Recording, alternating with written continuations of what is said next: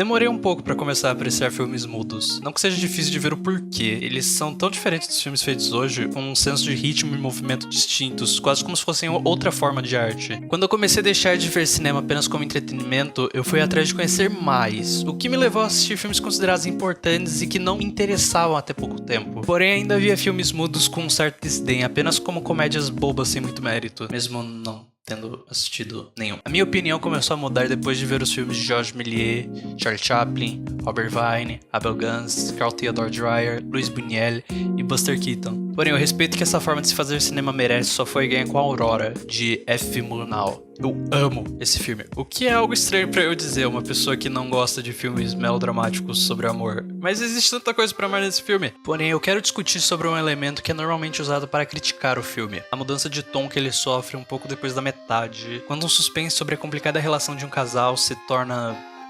bom.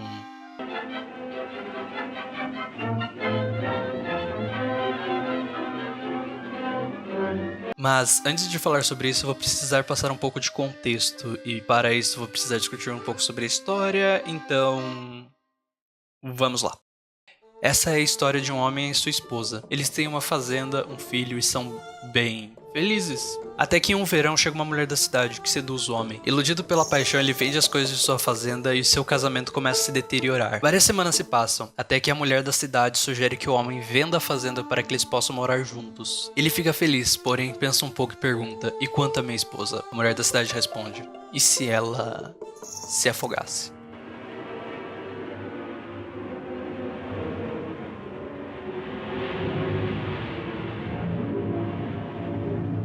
Ele não quer fazer isso, mas é convencido por ela. No dia seguinte, ele convida a esposa para ir para o outro lado do lago. Ela aceita, pois vê a chance de reanimar a paixão perdida, mesmo que ela suspeite que tem algo de errado. Eles entram no barco, o homem rema sem nem olhar para a esposa, até que ele para o barco, se levanta, devagar, começa a se aproximar da esposa e não consegue.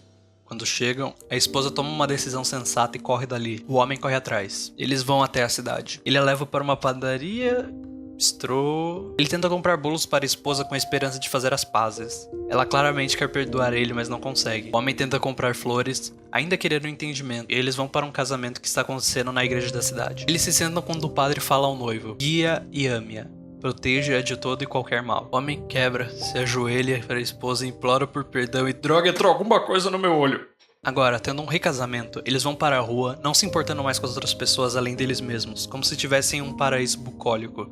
E é nesse momento que o filme deixa de ser um suspense e se torna uma comédia romântica?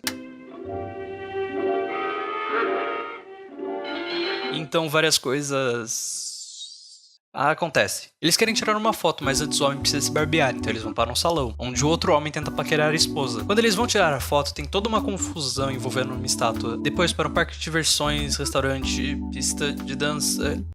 Onde um porco acaba ficando bêbado. Elas parecem cenas desconexas com o resto do filme, mas elas têm várias coisas interessantes para falar sobre o filme. Talvez a leitura mais óbvia é que o tom reflete o estado emocional dos personagens em cada momento do filme. No começo, o filme se passa à noite, com fortes sombras e névoa. O tom é de suspense, isso reflete a tristeza e incerteza dos personagens. Depois do suspense ter chegado no seu ápice na cena do barco, o filme se torna um melodrama romântico, com os dois tentando se reconectar. Quando o melodrama chega também ao ápice, com os dois se reconectando na igreja, o tom reflete um estado mais esperançoso e inocente. Então, quando eles estão em sua lua de mel, o tom reflete isso, mostrando os personagens voltando a ser como eram antes, como crianças, felizes e sempre sorrindo. E isso é bem demonstrado nas atitudes deles. Eles estão sempre se entreolhando, sorrindo, fazendo besteiras, entrando em confusões. É quase como uma comédia romântica, e diferentemente de outras pessoas que criticam isso dizendo que o estúdio obrigou o Murnau a colocar essas cenas do filme para agradar o público que não entende de arte, eu não tenho essa impressão. Ele usa a linguagem da comédia romântica com alguns de seus clichês para refletir o que os personagens estão vivenciando. E essa ideia de refletir o estado emocional dos personagens é válida. Uma volta do suspense para a jornada de volta ao campo.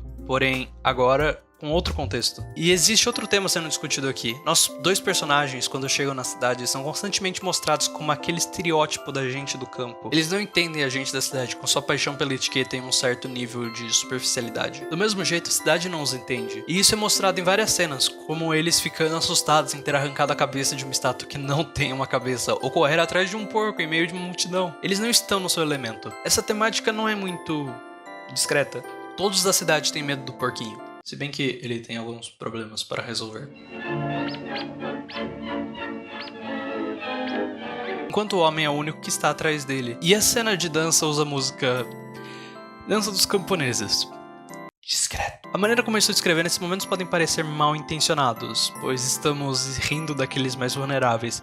Mas essa diferença entre o casal e a gente da cidade é, de certa forma, celebrada. Eles ganham o respeito e a atenção dos outros ao salvar o porquinho, por exemplo. Além desses momentos serem a comédia romântica, eles também humanizam os personagens. Nós vimos um deles trair e depois tentar matar a esposa, então tentar humanizá-los não é exatamente uma má ideia. Eu poderia falar mais sobre esse filme, pois tem tanta coisa nele que eu simplesmente amo. Porém, eu acho que eu já falei o suficiente, então caso você não tenha visto essa obra-prima, você deveria? É bem claro que eu escrevi 2 páginas e meia de texto apenas babando sobre algo bem óbvio de um filme que eu gosto, e eu não consegui pensar em uma conclusão, então